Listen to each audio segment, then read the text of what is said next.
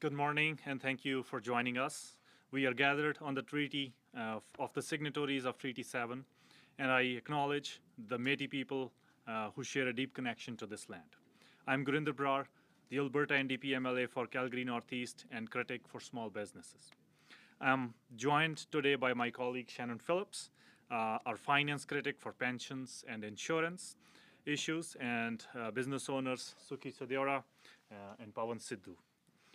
You will hear from Shannon and Suki shortly. Just over a month ago, Danielle Smith revealed a scheme to gamble with the pensions of Albertans, a plan she knew was so unpopular that she lied about it during the recent provincial election. In fact, during the campaign, Danielle Smith told Albertans that, and I quote, "No one is touching anybody's pension." Well, 4 months later, Danielle Smith released a report using false and misleading information so that she can seize control of Albertans' retirement savings for her own self-serving interests. And she is currently using $7.5 million of Albertans' tax dollars to campaign for this. Immediately following her announcement, and every day since, Albertans, economists, and business leaders have raised their voices to oppose this very bad idea. Danielle Smith's horrible scheme to pull Albertans out of the Canada Pension Plan has far-reaching implications for businesses and investors in Alberta and across Canada, said Chamber of Commerce President Deborah Yedlin. Dismantling existing systems and altering our pension system could compromise labor mobility from other provinces, the benefits of risk pooling that comes with a large pension fund, and investor confidence, she said. Recently, Goldie Hyder, the CEO of Business Council of Canada, said the possible departure of Alberta from the national plan could have unintended consequences, such as affecting the interprovincial mobility of workers.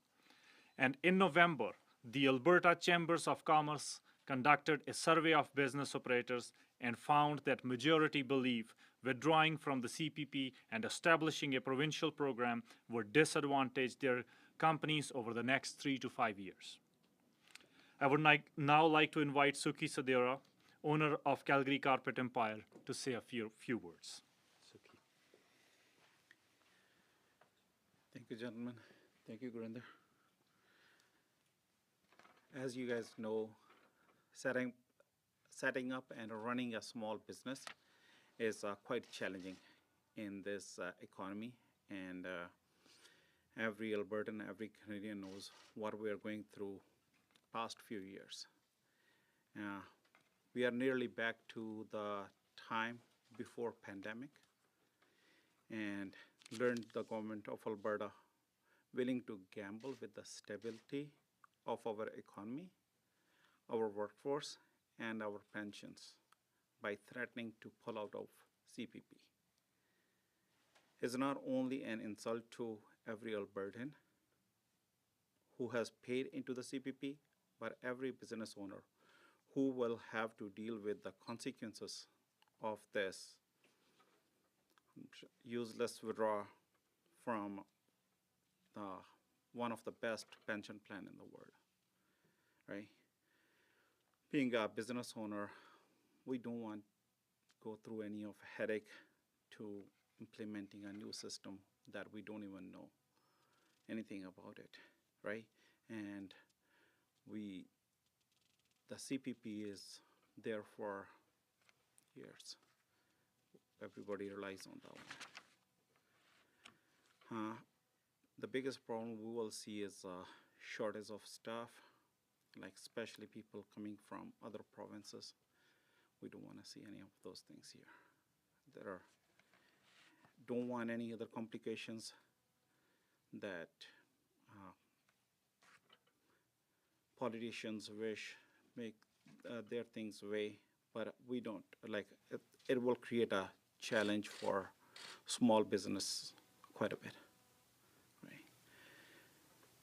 I was reading that Danielle Smith has asked us to judge her by what she has done as opposed to what she's said.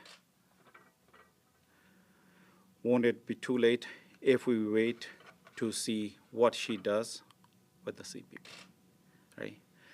I know we cannot trust the single word from Danielle Smith. She said so herself, so I have to faith that she will not do the right thing for small business and leave the CPP alone, right? I do hope all our burdens will stand together and let this government know that we don't want any part of their horrible plan to cause any hardship and pull us out of the CPP. Thank you. Mr. Brown. Thank you, Suki, for sharing your passion on this important issue and for inviting us to use your space today. I would now like to invite my colleague, MLA Shannon Phillips, to the mic.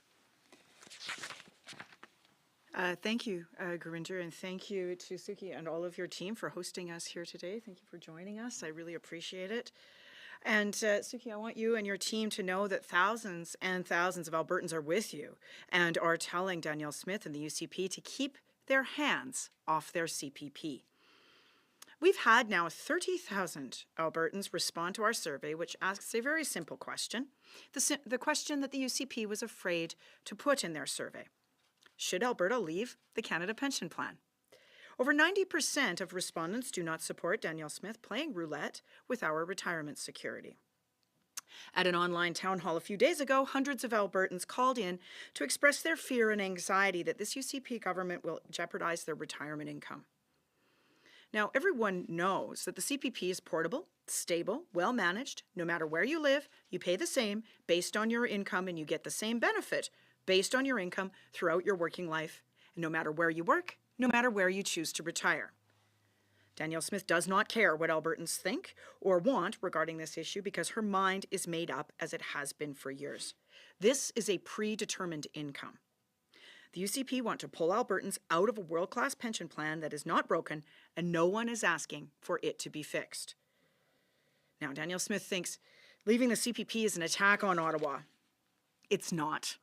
It's an attack on our fellow Canadians, our fellow provinces, on our family, friends, co-workers in other parts of the country, and on ourselves, because it jeopardizes our retirement savings over the long term as well. Now, even Pierre Poilievre thinks so, the leader of the Conservative Party of Canada, and that's why he's urged Albertans to reject Danielle Smith's plan and stay in the CPP. Soon we will be announcing in-person town halls here in Calgary, Edmonton, St. Albert, Red Deer, Drumheller, and Lethbridge, and elsewhere. We will announce the dates and times when the venues are booked and ready to go. We have had a tremendous amount of interest in town halls, and it has taken more resources than we have to be able to manage all of the requests that we've had from community associations, from seniors groups, and from others. People really want to be heard on this topic, and unlike the CPP, we are not scared to look Albertans in the eye and talk to them about their pensions. Your pension is yours. It's your reward for a lifetime of hard work. It's your income.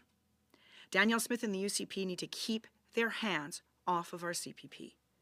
Thank you, and we are happy to take your questions. Okay, we'll go to questions in person, then go to questions on the line. Rick Bell, Calgary Sun. Is part of the difficulty, because you've heard the responses from your survey, is part of the problem here that they're asking Albertans to, if there is a referendum, they'll be asking Albertans to vote on a report, on what a report says, as opposed to an actual deal. In other words, there is no deal on the table. There's a report on the table, which may or may not have some, be true or not true, whatever. Do you think that's a concern for people, that they're not actually, you're talking about business here, you don't sign anything in business until you know exactly what the deal is, exactly what you're getting, and exactly that it's on paper. So is part of the difficulty that, do you think, that for people who are undecided, that they're not even going to be able to vote, says a deal would be or could be? Let's back up to first principles. No one actually believes that there is anything broken with the CPP. currently. You have the UCP for the last 4+ years that they've been examining this, since Fair Deal, and even before that, when Ralph Klein famously said, you know, you don't do this to piss off the feds, you do it because there's an economic case. And there is no economic case. And that was, around that time, it was his finance minister, Jim Dinning, who came to that conclusion. Now, the point here is that the majority of Albertans are looking to a well-managed, well-invested fund that will provide them a knowable certainty in their retirement planning from that CPP element. They know what it is. You can go on your CRA right now. It doesn't matter if you're 25 or you're 65 and know what your expected CPP based on your income is going to be. So you can plan for that. And so this idea that we would take our money, that is our foregone income, right? That's what those deductions are, and then give it over to a smaller jurisdiction who are going to do heavens knows what with it. And there is very good evidence that the Premier wants to do heaven knows what with it. She's even backed off of the concept of insulating it from political interference when she forced her finance minister to go out and reverse himself. So he tried to make the commitment to Albertans that it wouldn't be used as a political pawn, and now all of a sudden it is. That concept is back on the table. So right there we have a values issue, that Albertans fundamentally do not want that piece of their retirement security gambled with. And then you have the layer upon layer of duplicity and manipulation that come from that. You have the refusal to talk about it during the election campaign. And then you have, after that, you have a report release that we know they sat on since at least, they commissioned it in 2019. They've been sitting on it for 3.5 some odd years. It's cost them almost $2 million to do a report. That means they went back to the report's authors many times because they weren't getting the answer they wanted. So then you've got that step in it. It comes out with this report that is widely criticized for being invented numbers, fantasy numbers, by credible economists and other experts. And then you have the piling on of several $1 million to sell us something that we don't even want using our own money. So there is duplicity after duplicity that is piled onto something that people don't want. Fundamentally, that is the problem here, not, kind of the, the details in a pointy-headed report that nobody, frankly, or ordinary people don't have time to read. So the problem here is the politicians, not the numbers. The problem here is politicians who want to move forward with something that people do not want, and it is not a priority. And my follow-up question is just, I know you're not a mind reader, but why do you think, if that's the case, why do you think the UCP is proceeding with this? What do you You'll think have their to, agenda is? I mean, you'll have to ask them. But what we have here is very clearly a premier who hid her real intentions during the election. If she wanted a mandate, there's no better referendum than a general election. May 29th was the date of the CPP referendum.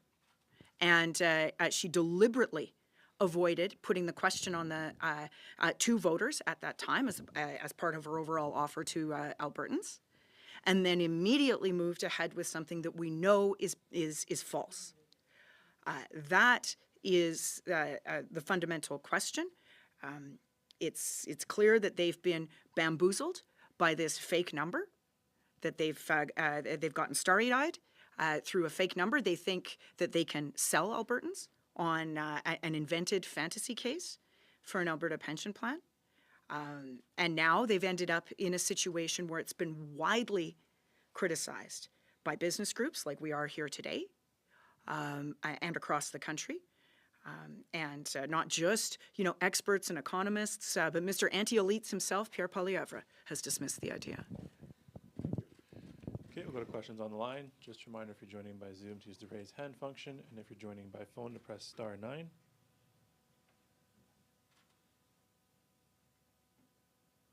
Seeing no questions in line, questions in person? Okay, that's all for today. Thanks. Thank you.